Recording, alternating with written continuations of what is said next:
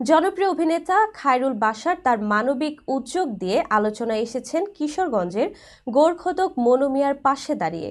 ৪৯ বছর ধরে বিনা পারিশ্রমিকে কবর খনন করা এই মানুষটির দুর্দিনে পাশে থাকার ঘোষণা দেন খায়রুল, যা সোশ্যাল মিডিয়ায় ব্যাপক প্রশংসা কুড়াচ্ছে।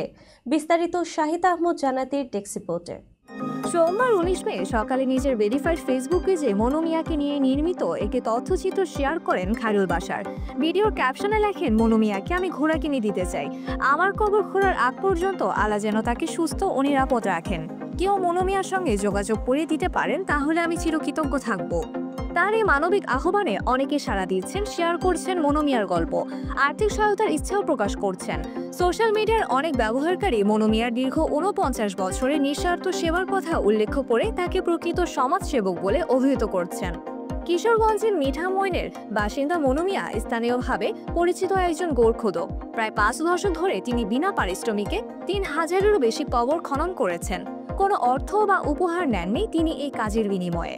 গ্রামে মৃত্যুর খবর পেলেই মনু মিয়া তার লাল রঙের ঘোড়ায় চড়ে ছুটে যেতেন কবর খুঁড়তে। দুর্ভাগ্যজনকভাবে বর্তমানে ঢাকার একটি হাসপাতালে চিকিৎসাধীন এই মানুষটি সে বিশ্বস্ত সঙ্গী ঘোড়াটিকে ধারালো অস্ত্র দিয়ে হত্যা করেছে দুর্বৃত্তরা। বিষয়টি এখনও মনু মিয়ার কাছে গোপন রাখা হয়েছে, তার শারীরিক ও মানসিক অবস্থার কথা বিবেচনা করে। এই হৃদয়বিদারক ঘটনা ছড়িয়ে পড়েছে সামাজিক মাধ্যমে, আর তা দেখে অনেকেই মনু মিয়ার পাশে দাঁড়ানোর আহ্বান জানিয়েছেন।